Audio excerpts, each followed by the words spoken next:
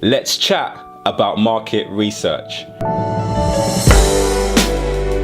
Hi guys, it's Sam Day here from DeyTips.com, and in this video I'm speaking about the importance of market research before you even set up your website or try and start a marketing strategy for your website online. Now, it's so funny how many people want to offer a product or want to start offering a service online and generate sales through their site, and they go on and they create a website without even looking at their biggest competitors and checking out their website so they can generate some ideas and see what's working and see what's not working. If you have a product or a service and you offer it locally or even globally, and you want to generate ideas, not just how your website is going to look, but how you can generate leads and sales into that business, then look at your biggest competitor. Who is the biggest competitor in the game? And remember, your competitors are not always direct competitors. You can have direct competitors who are selling more or less the exact same thing that you're selling, but you can also have indirect competitors who are offering a similar product or service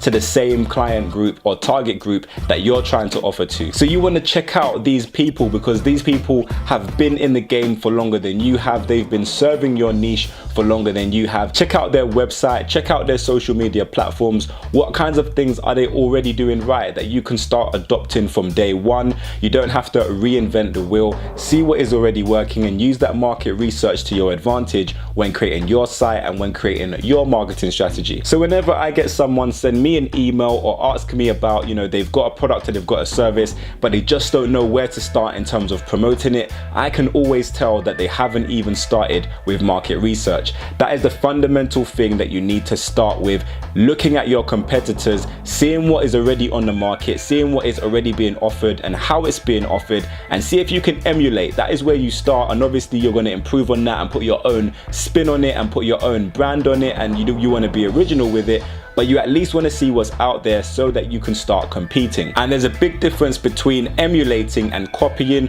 One thing you don't want to be is a copycat online. So if you're seeing a particular company do something that you want to do, make sure you do put your own jazz on it. Make sure you do put your own spin on it so that you're not a copycat, but you're actually being original with an idea. And one of the things that is helpful as well is, research your own niche, but also research other niches as well who are on social media or who have a really effective website that converts well. So for example, you might be selling flowers and you might research flower websites, but also maybe you research a website that sells kettles and maybe they have a great idea that is really helping them sell more kettles that you can use to help you sell flowers. And it might be not very original in the kettle selling industry, but maybe it's really original. Maybe no one is using their website in that way to promote their flowers. So get ideas from other niches, from other industries as well when creating your website and when creating your social media marketing strategy for your product or your service. And it goes without saying, you don't only want to research your competitors,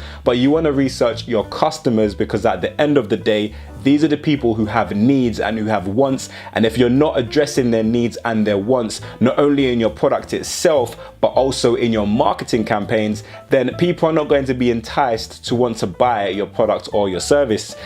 3, 2, 1. I put out a video not too long ago about pain points, and if you haven't watched that video, I'm going to leave a link in the description down below. It's fundamental that you understand the principle of pain points, understanding the needs, the wants and the desires of your potential customers, and meeting those needs, answering questions on social media platforms, creating a blog on your website that attracts people to your site because they're getting information that's helping them with those needs and wants, and then offering the ultimate solution to those pain points, which hopefully is your product and your service. You should have researched the market before you even launched your product or your service, so you should know what your client base needs. You should know from your research, and it should be embedded within your product or your service, the needs and wants of your customers. That should be the sole purpose of what you're doing, is to supply a demand that is there and to meet a need that is there. If your product or your service is not meeting a need, or you don't know what need your product or service is these meetings, then you seriously need to have a meeting with yourself and try and discuss this and try and understand what problem does your product solve? What problem does your service solve?